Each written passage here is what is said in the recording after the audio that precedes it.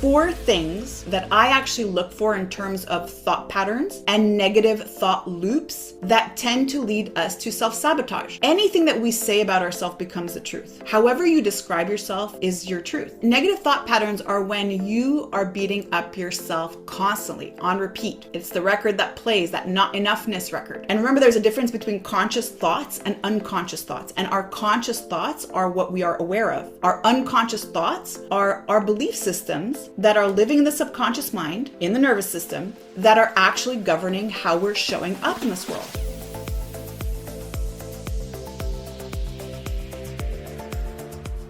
I'm going to share with you today 4 of the many things really that I actually look for in terms of thought patterns and negative thought loops that tend to lead us to self-sabotage. Now, I'm going to share with you because many people look at this and they're like, I don't know, like I still can't see my pattern. Like, okay, yeah, I know it's stress related, or yeah, I know it's when I fight with my spouse, but still, like I don't really know where it comes from. Well, this is what I look for. And this is what I want to help you look for today, because now you're really going to start to uncover exactly what your pattern is. So what is birth trauma? Birth trauma is unconscious thought patterns where we actually believe in some level that we left a place that was very safe, that was very nurturing, that provided us shelter, and we violently entered into the world where now it's unknown and it's scary and people are out to get us and we can't trust anybody.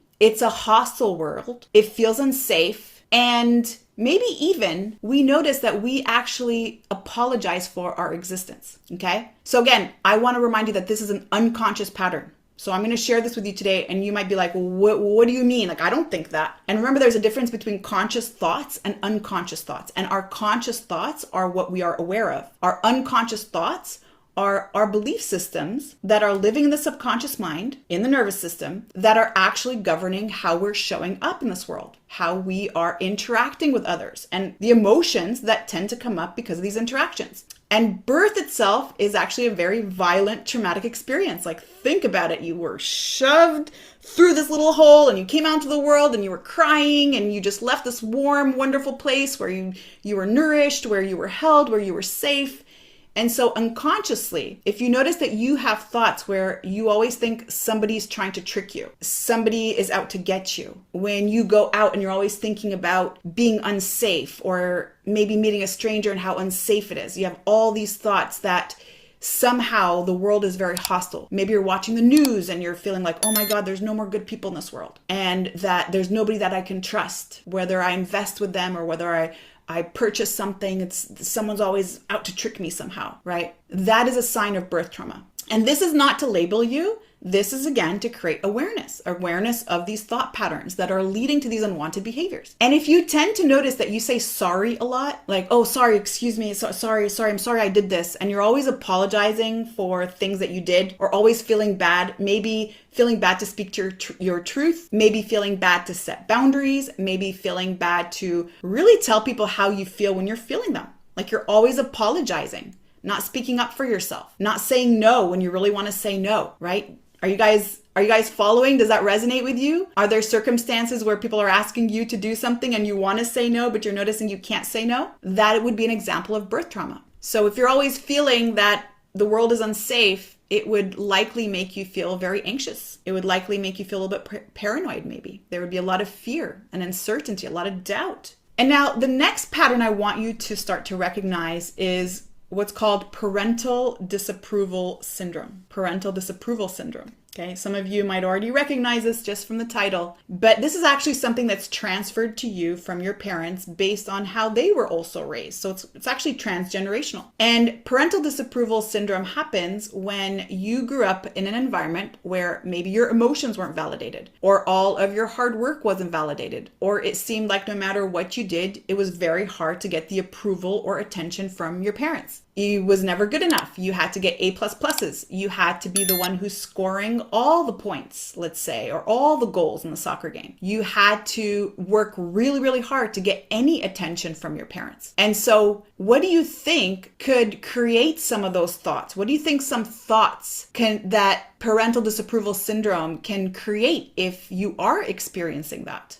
what kind of thoughts would you have? Maybe about being enough, about being good enough, about being able to do things well enough. What kind of thoughts and what kind of emotions would you be experiencing if you had that? And then next we have something called the unconscious death urge, okay? This is the unconscious death urge.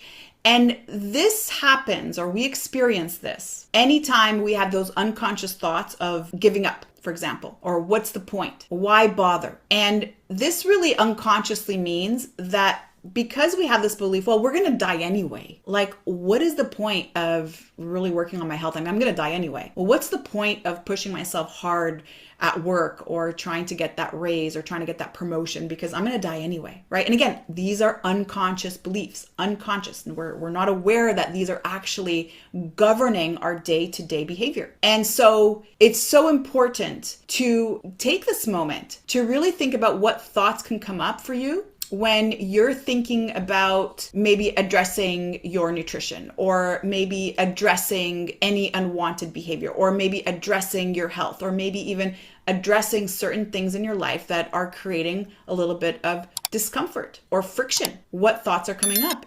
Are they thoughts of, well, what's the point? Are they thoughts of, I'm going to die anyway? Are they thoughts of, well, how's that going to fix anything? And you'll notice that you've heard those stories before where people spontaneously overcome some sort of terminal illness when they suddenly decide that they're going to reject death, or that they're going to want to live. They choose life, like a person who has terminal cancer, or a person who is diagnosed with some back injury and they'll never be able to walk again. The moment that they reject this unconsciously, they're rejecting death, they're rejecting this giving upness. That's actually when they start to overcome things. So think about it. Where are you right now in terms of, I want to address my unwanted eating behavior? I want to address my health. Unconsciously, are you thinking, well, what's the point? I've tried everything. It's never going to work. Are you unconsciously thinking that you're too far gone? Are you unconsciously thinking that, well, I've been doing this my whole life since I was a kid, so why bother now, right? Those are signs of that unconscious death urge, right? So even you saying yes to you, even you believing that something would be possible for you. So I want you to start to just bring up those thoughts and just notice what are the emotions that could also be there. And the last thing I want to share with you today are negative thought patterns.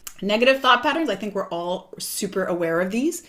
And negative thought patterns are when you are beating up yourself constantly on repeat. It's the record that plays, that not enoughness record. I don't look right. I never look good in a bathing suit. I'm so FAT. I never say this word. You probably know this about me, and I never let my kids say this word, but calling yourself FAT is a negative thought pattern. And I just shared with you that every single thought that you have creates chemistry in the body. So if you keep describing yourself as such, well, how's your body going to respond to it, right? So your negative thought patterns are there when you're noticing that you're always berating yourself. And when, for example, the reason why you change your nutrition or you start to exercise is because you're punishing yourself for how you look. Which, by the way, when you do that, every single time you're eating a salad or every single time you're going to your workout, guess what's going to come up for you? The reminder that you are faulty in some way, that you have a defect in some way, that you believe you're FAT.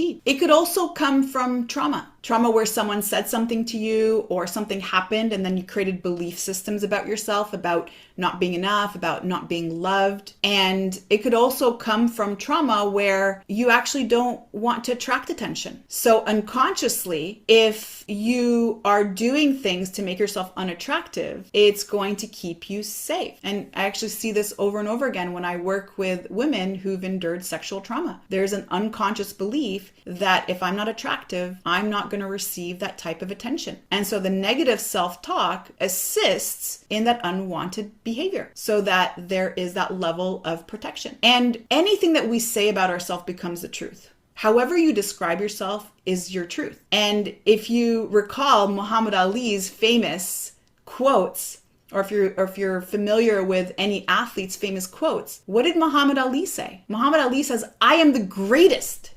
I am the greatest." And when he said, "I am the greatest," what do you think happened in his body as a result? Did that make him more confident or less confident? how did that translate to the physical body? Imagine he said, oh, I'm kind of okay. I'm just going to try. I guess maybe I will, or maybe I'm not that great. Maybe there are other people that are better than me. He would not have been the greatest. And so that's how powerful our thoughts are. And whatever we say about whatever we say about ourselves is our truth, and our thoughts get to govern that. And there are two types of thought patterns that I generally share. So we have what is called what if up thoughts, and then we have what if down thoughts. And what if up thoughts are thoughts where we can actually maybe hope for a positive outcome when we're thinking about something. Well, what if I do this and something really amazing happens? What if down thoughts are the thoughts that we actually spend the most time in throughout the day? What if I try this and it doesn't work? What if I ask this person out and they say no? What if I ask for a raise and my boss says no? What if down thoughts are a sign that we are in protection mode? What if down thoughts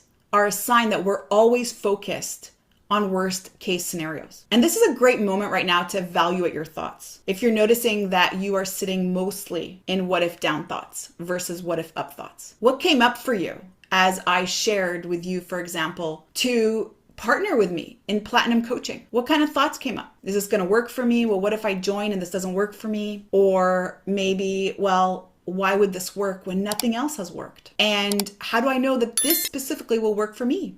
Because I've been emotionally eating my whole life. Those are opportunities to explore these thoughts. So thank you so much. Have a great rest of your day.